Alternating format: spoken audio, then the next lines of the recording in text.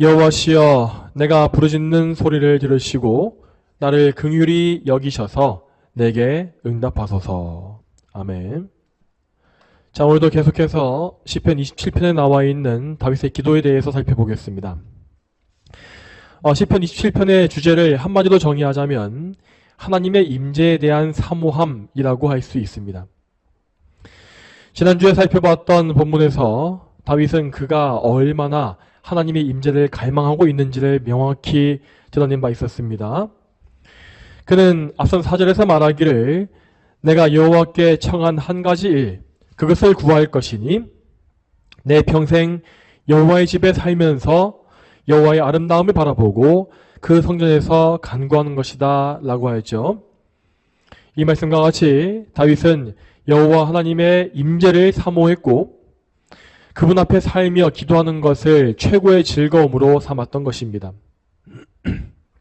그리고 오늘 본문으로 넘어오면 다윗의 간구가 훨씬 더 간절해지는 것을 볼 수 있습니다. 다윗은 정말 간절하게 또 열심과 사모함으로 하나님의 임재와 은혜를 구하고 있습니다. 이에 대해서 오늘 본문인 7절의 말씀을 다시 한번 보겠습니다. 이 말씀 같이 읽겠습니다. 자, 시작. 여호와시여, 내가 부르짖는 소리를 들으시고 나를 긍휼히 여기셔서 내게 응답하소서. 아멘. 이 말씀에서 다윗은 자기의 부르짖는 소리를 들어달라고 간구하고 있습니다. 자, 그런데 우리는 여기에서 부르짖는 소리라는 표현에 대해서 주목해야 합니다. 우리 개혁주의 교회 안에서 보면 어떤 사람들은 시편에 이러한 표현이 나올 때에 이 소리라고 하는 것을 단지 문학적인 상징으로 해석할 때가 있습니다. 그러니까 부르짖는 소리라는 것이 어떤 진짜 큰 육성을 말하는 것이 아니라 단지 마음속으로 간절하게 구하는 것을 의미한다라고 생각하는 것입니다. 자, 이렇게 개혁파 교회 안에는 통성 기도를 꺼려하는 사람들이 상당히 많이 있습니다. 이러한 현상이 생기는 이유는 이 한국 교회 전반에 이 잘못된 통성 기도가 많이 퍼져 있기 때문이라고 볼 수 있습니다. 이를테면 성경에 나와 있는 방언과 전혀 다른 비성경적인 방언 기도를 크게 하는 사람이 너무나 많고, 단지 어떤 이 부흥회나 집회의 분위기, 음악으로 만들어 놓은 그런 분위기에 휩쓸려서 큰 소리로 기도하는 사람도 많이 있습니다. 그리고 무엇보다 하나님과 복음에 대한 지식이 없이 그저 그 안에 있는 종교심과 또 감정에 의해서 열광적으로 기도하는 사람도 많이 있죠. 이러한 한국교회의 진리에서 벗어난 모습에 대해서 거부감을 느끼기 때문에 개혁파 교회의 교인들은 아예 소리를 내지 않거나 작게 내는 침묵 기도를 선호하는 경우가 많이 있습니다.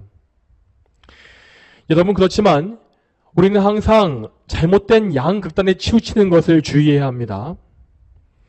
오늘 본문의 원어를 잘 보게 되면 이 부르짖는 소리라고 하는 것은 실제로 자기의 목소리를 크게 내어서 하나님을 부르고 기도하는 것을 의미합니다. 그리고 이 말씀 이외에도 분명히 성경은 우리의 음성을 동원해서 부르짖으면서 간절히 기도하는 것을 지지하고 있습니다. 그러므로 이 통성기도, 이 소리를 내서 기도하는 기도의 방식 자체를 거부하고 마음속으로만 기도해야 한다고 주장하는 것은 성경에 근거가 없는 것입니다. 여러분, 우리는 올바른 지식을 따라 바른 믿음을 소유하되, 자, 동시에 우리의 마음이 결코 차갑게 식지 않게끔 경계해야 합니다. 우리는 기도할 때에도 정말 우리의 온 마음을 다해서 우리의 온 마음을 하나님께 드려야 합니다. 그리고 우리는 우리의 기도가 하나님께 상달되기를, 하나님께서 들으시기를 바라는 그런 마음도 품어야 합니다. 하나님께서 나의 기도를 들어주시길 바라고 나의 기도가 응답되길 바라는 그런 간절한 마음, 믿음을 가져야 하는 것입니다. 이러한 믿음을 가진 사람은 그 간절함과 뜨거움으로 인하여서 부르짖는 기도가 나올 수밖에 없는 것입니다. 여러분, 성경 속에서 이렇게 큰 소리로 기도한 사례들을 또 잘 생각해 보시기 바랍니다. 특히 예수님께 나왔던 병자들은 정말 하나같이 큰 소리로 절박하게 주님을 불렀습니다. 자, 이에 대해서 마가복음 10장 46절에서 48절 말씀을 같이 보겠습니다. 그들이 여리고로 들어갔다. 예수께서 자기 제자들과 큰 무리와 함께 여리고에서 나오실 때에 맹인 거지인 디메오의 아들 바디메오가 길가에 앉아 있다가 나사렛 사람 예수님이시라는 말을 듣고서 부르짖기 시작하여 말하기를 다윗의 자손 예수님 저를 긍휼히 여기소서 하니 많은 이들이 그에게 조용히 하라고 꾸짖었으나 그는 더욱 크게 부르짖어 다윗의 자손이시여 저를 긍휼히 여기소서 라고 하였다. 아멘. 자, 여기에서 우리는 우리 주님께 정말 절박하게 매달렸던 맹인 바디메오의 기도를 보게 됩니다. 그는 맹인이었기 때문에 주님의 얼굴을 볼 수 없었지만 그럼에도 주님께서 자기의 기도 소리를 들어주실 것을 믿고 정말 큰 소리로 간절히 부르짖어 외쳤습니다. 그가 했던 기도의 말은 오늘 본문은 7절에 나와 있는 다윗의 기도와 일치합니다. 바디메오는 먼저 기도하기를 다윗의 자손 예수님 저를 긍휼히 여기소서라고 하였습니다.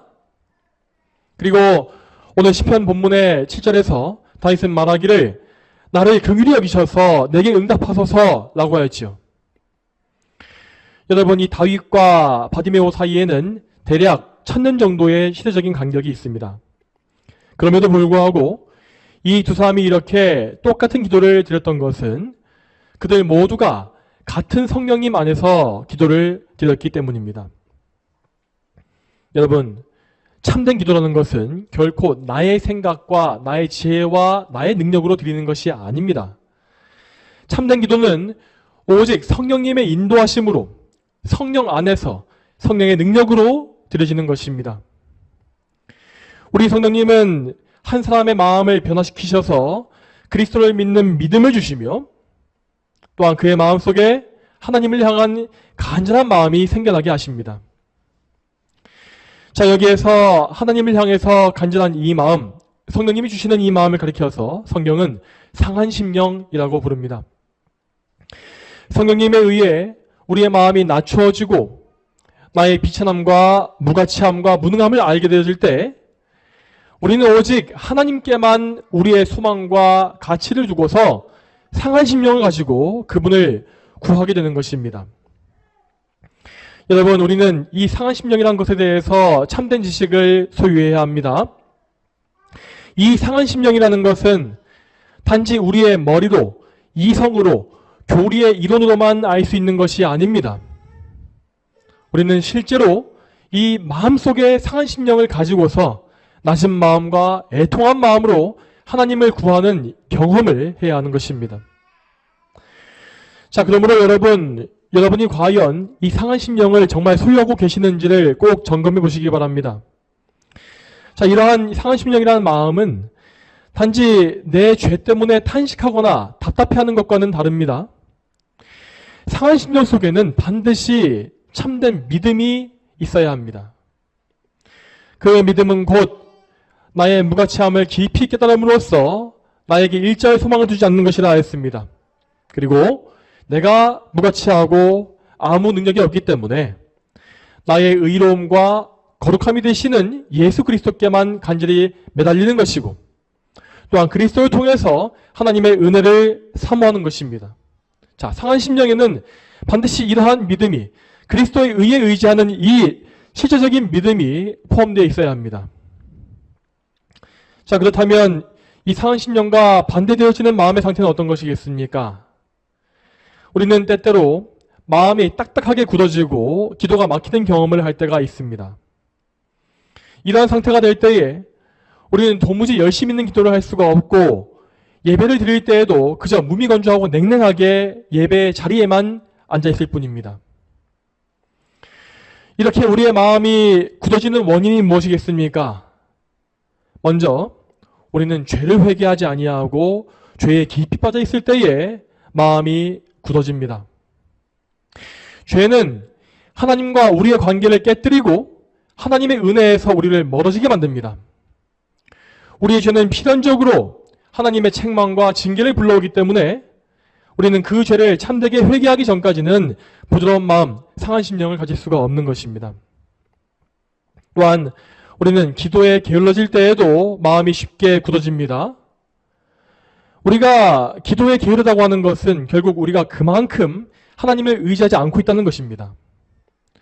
굳이 기도하지 않아도 충분히 살 수 있다고 믿기 때문에 우리는 기도를 멈추는 것이죠.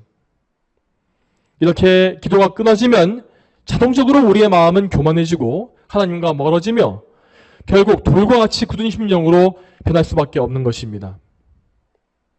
그리고 세 번째로 우리는 생활의 염려에 짓눌려 있을 때에도 마음이 쉽게 굳어집니다. 우리의 생계가 어려워지거나 건강을 잃어버릴 때 혹은 미래에 대한 두려움이 밀려올 때에 우리는 다 이러한 생활의 염려에 빠져서 마음이 억눌립니다. 이러한 근심들은 우리의 영혼을 질식시키며 우리의 관심과 시선이 온통 하늘이 아니라 이 땅으로 향하게 만듭니다. 그렇게 되면 우리는 저절로 하나님께 나아가 기도하는 것이 아니라 이 세상의 도움을 구하고 이 세상을 돌아다니고 나의 지혜와 경험에 의지하게 되며 혹은 요행을 바라는 그런 무기력한 상태에 빠지고 마는 것입니다. 여러분, 이외에도 우리는 마음이 차갑게 굳어지는 여러 상황들을 맞이합니다. 그러나 이렇게 영적으로 굳어진 상태에서는 우리는 절대 하나님과 교제할 수가 없습니다. 그러므로 우리는 결단코 이러한 상태에 오래 머물러서는 안 됩니다. 설령 우리가 지금 닥친 상황이 너무나 어렵고 초조하며 염려스러울지라도 우리는 오히려 그 상황을 통해서 우리에게 말씀하고 계시는 하나님의 그 음성을 들을 수 있어야 합니다. 여러분, 하나님은 항상 모든 상황과 또 말씀을 통하여 우리를 당신께로 가까이 부르시는 분입니다. 여러분, 그렇지만 하나님께 가까이 나가기 위해서 여러분 자신이 뭔가를 많이 해야 한다고 생각하지 마십시오. 우리는 상한 심령을 얻기 위해서, 마음이 부드러워지기 위하여서 하나님께 뭔가를 많이 드려야 하는 것이 아닙니다. 우리는 그저 빈손으로 하나님께 나와서 믿음으로 그분을 바라봐야 합니다. 그리고 우리는 그 믿음을 통해서 거둬주시는 하나님의 은혜를 덧입어야 하는 것입니다. 우리가 하나님께 은혜를 구할 수 있고 은혜를 또한 받을 수 있는 이 근거가 어디에 있습니까? 그것은 항상 우리의 의가 되시는 예수 그리스도께 있습니다. 우리 예수님은 여러분을 위하여 보혈을 흘리신 분이고 당신의 생명을 희생제물로 아낌없이 바치신 분입니다. 또한 그분은 평생에 하나님 말씀에 순종하심으로 말미암아 우리가 도무지 이룰 수 없는 의를 이뤄내셨고 그리고 그 의로 말미암아 우리가 하나님께 의롭다함을 받게 되고 또 하나님께 나아갈 수 있는 그러한 은혜를 주신 것입니다. 그러므로 우리는 하나님의 은혜로 말미암아 그 예수님을 온전히 믿고 의지할 때에만 마음이 변화되어서 상한 심령을 가지고 하나님께 나아갈 수가 있다는 것입니다. 성도 여러분, 그러므로 오늘도 여러분의 모든 것을 다 예수님께 맡기시고 하나님의 은혜를 바라보십시오. 여러분의 비참함, 무능함, 어리석음, 모든 죄악들의 세세한 내용들, 연약함, 근심, 걱정, 이 모든 것을 다 예수 그리스도의 십자가 아래에 내려놓으시기 바랍니다. 예수님께서 여러분을 그 죄에서 구원하시기 위해서 생명을 내어주신 것을 기억하시고 오직 예수님을 통해서 하나님께 나아가서 하나님의 은혜를 간절히 구하십시오. 이렇게 저와 여러분 모두가 참된 믿음과 상한 심령을 가지고서 하나님께 나아가게 되기를 축복합니다. 오늘도 이 기도 제목을 놓고 20분간 기도한 이후에 제가 마침으로 기도하겠습니다.